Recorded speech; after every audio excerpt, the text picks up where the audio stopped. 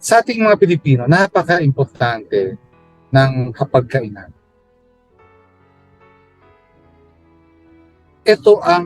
Minsan ito ang sentro kung paano nabubuo ang isang relasyon.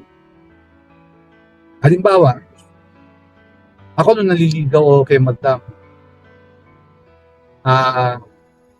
syempre, ang tanong agad, kailan ba kita mag-date?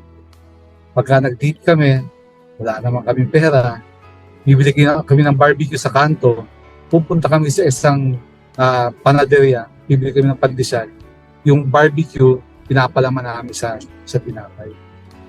So, ganun ang sistema namin. No? At sigurado ko kayo mga ladies ng KKK, meron kayong kanya-kanyang storya kung paano kayo niligawan ng inyong mga asawa.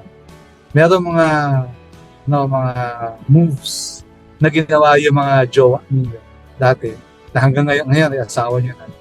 Kung paano kayo niligawan. Siyempre, sigurado ko, ang entrada niya lagi is date. Pagka date, ibig sabihin, kakain kayo sa labas. So, nandun sa konteksto ng kainan. Ngayon, pagka mamamanhi ka naman, kunyari, mamamanhi ka na sila sa magpuan. Nandun pa rin yun, usapan ng pagkain. Dapat nasa magdadala ang pamilya ng lalaki ng pagkain sa pamilya ng babae. Tapos doon magsasalo-salo sila. Pagka kami nanliligaw ng customer, pagka pinuntahan namin sila, magdadala kami ng konting makakain o kaya yayayain namin magtanghalian sa labas. So yun ang paraan ng pagbubuo ng isang relasyon, lalo na sa mga Pilipino. Yung Pilipino, kayo sigurado ko ganito eh.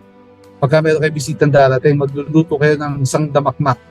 Tapos sasabihin nyo, yung busin nyo, bawal lang may matitira pagka niluto namin, dapat ubusin niya. So doon nakatuon yung ating relasyon. Sa ating mga pamilya, tayo, di ba, pagka uuwi ng bahay ang asawa natin, nahandaan natin, yung mga anak natin, nahandaan natin ng pagkain. Tapos habang nasa hapagkainan tayo, nagkukwentuhan. Ano ba nangyari sa'yo ngayong araw na to? Ikaw naman, nagkwento ka rin. Una, maikinig ka sa asawa mo kung ano yung sinasabi. Mamaya kontes, nagkukwentuhan na kayo kung ano mga nangyari sa araw. So, nagsishare kayo ng buhay. Ngayon, yung mga nanliligaw, yung mga customers na pinupuntahan natin, Gina, di ba? Nagpapakilala tayo. Tapos habang naipagkilala ka, may small talk kakakwentuhan.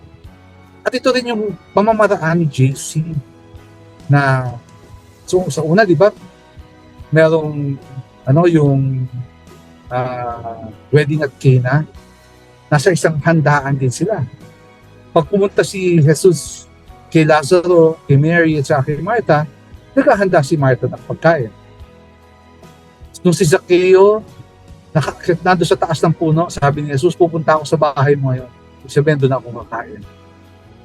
Kaya Mateo, ganun din. Isang tawag dito, tax collector din, na kumain siya kasama yung pati mga kaibigan ni Mateo. Dito sa binasa natin ngayon, sinabi ni Jesus na ang laman niya ang pagkain at ang dugo niya ang inyong para magkaroon tayo ng buhay na walang hanggan. Nakakalungkot lang dito, hindi nakayanan ng mga Israelites yung sinabi ni Jesus na to. Para sa kanila, cannibalism yun. Bawal na bawal sa kanila yung sinasabi ni Jesus. Bawal na bawal sa kanila ni umawak ng dugo, iinumin pa. Sa kanila, pag sinabi mong nakahipo ng dugo, yung madumi na yun, kailangan dumaan sa isang purification process yun. Kailangan siyang maging malinis bago siya makihalubilo uli sa tao. Kundi, mahahawahan niya ng dumi yung mga kasama niya. Hindi nila nakayanan yun, hindi nila matarok yun, hindi nila maisip kung paano pwedeng mangyari yun. Alam mo nangyari nun, iniwanan si Jesus ng lahat ng tao at naiwan lang yung 12. Sila lang naiwan. Ngayon panahon natin, nangyayari din ba yan? Nangyayari din yan eh.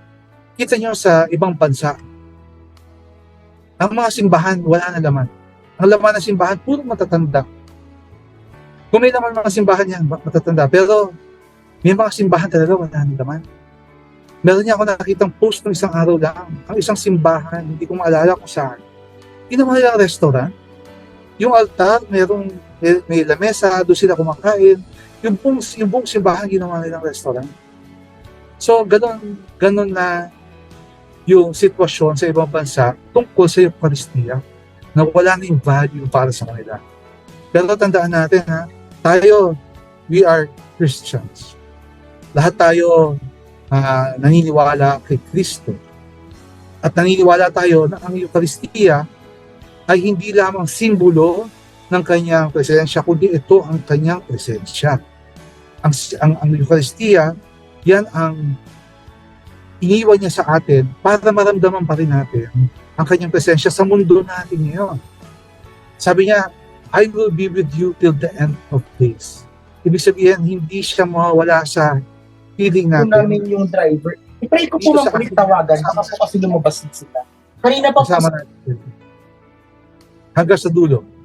At sana naiintindihan natin na pagka tayo ay tumanggap ng Eucharistia, di ba nakita niyo yung sinasabi ko kanina na ang pagkainan ang sentro ng isang relasyon. Nagkukwentuhan kayo, nagpapalitan kayo ng buhay. Parang Eucharistia, gano'n, di ba? Pagka sa Eucharistia, iniimbitahan tayo ni Jesus na tanggapin natin siya. Pag tinanggap natin siya, ngayon kaisa na natin si Jesus sa ating pagkatao. Sana ito, maintindihan natin to na pagka tinanggap natin si Jesus, nasa sa atin na siya. Pagka gano'n, di ba, ano yung lalagyan ng Eucharistia sa simbahan? Di ba, tabernacle ang tawag doon? So tayo ay isang malinis na sisidlan ng katawan at dugo ni Jesus kasi nasa atin siya. Tayo ay mga tabernacles din sa atin nananahan ng ating Panginoon. Ngayon kung sa atin nananahan ng Panginoon, dapat malinis tayo. Sana naiintindihan natin na dapat malinis tayo. Paano? Sa ating pananalita, napapakita ba natin ang presensya ng Panginoon sa ating pananalita? Sa ating pag-iisip, kung saan nanggagaling yung mga sinasabi natin. Nakikita ba ng tao na yung pagkatao mo ay nakasentro kay Jesus? Pagka kinakausap natin yung mga anak natin, yung mga asawa natin, may respeto ba? Sabi nila, ang mga babae, ang gusto pagmamahal. Yung mga lalaki, ang kailangan respeto. Sana maintindihan natin lahat, pati kami mga lalaki, sana maintindihan natin. So, sana huwag natin kalilimutan na tayo ngayon ay isang sisidlan na malinis. Pagka tayo tumatanggap ng Eucharistia, sana ibahagi natin ito sa mga anak natin. Bigyan natin ng value ito, pakita natin yung reverence natin, yung respeto natin pagka tayo tumatanggap ng Eucharistia. Ngayon, sa buhay natin, paano natin ngayon mapapakita na nasa atin si Jesus? Ang spirit ng Tatay at sa kanya Jesus na sa atin, pag nakikita sa atin, ang sabi sa Galatians, the fruit of the Spirit is love. Tingnan nyo bakit is singular love? Kasi sa love, there is joy. Sa love, there is peace. Sa love, there is patience. Sa love, there is kindness. When you love, you are generous. You are faithful. You are gentle. You have self-control. Yung mga fruit of the Spirit na to ang magpapakita sa mundo na nasa atin ang Panginoon Jesus. At yan ang ating tinatanggap pag tayo ay nasa misa, pag tayo ay tumatanggap ng Eucharistia, at sinusubo natin, kinakain natin, kaisa natin ang Panginoon. Nakita nyo, merong covenantal, parang hindi na symbolism, pero it is a covenant. Kasi pag inimbitahan ka niya, tinanggap mo siya, nagiging isa kayo. So yun yung imbitasyon sa atin ng ating Panginoon dito, na tanggapin natin siya kasi siya ang laman na ating tatanggapin, ang dugo na ating iinumin para tayo ay magkabuhay. Ngayon, ito ngayon ang hamon sa atin. Kasi tinanggap natin ang tinapay ng buhay. Tayo ngayon ay mga disipulo, sana tayo ay naihati-hati din natin para makapagbigay buhay din sa mga tao sa paligid natin. Makapagbigay buhay tayo sa ating anak, sa asawa, sa magulang, sa biyanan, sa kapitbahay, sa kasama sa trabaho. Ganun yun di ba? When you receive Christ, you are also now parang pwede mong sabihin na tinapay ka rin na pwedeng hati-hatiin para makapagbigay buhay sa mga tao sa paligid natin. So, yun ang siguro, alam ko, ginagawa ninyo to, lahat ng mga KKK girls, KKK ladies. Alam ko kayo ay mga ulirang ina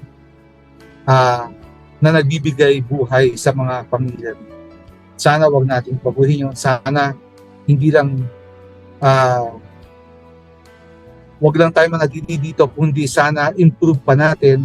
Tingnan natin kung paano namumuhay si JC at isabuhay din natin itong mga ito.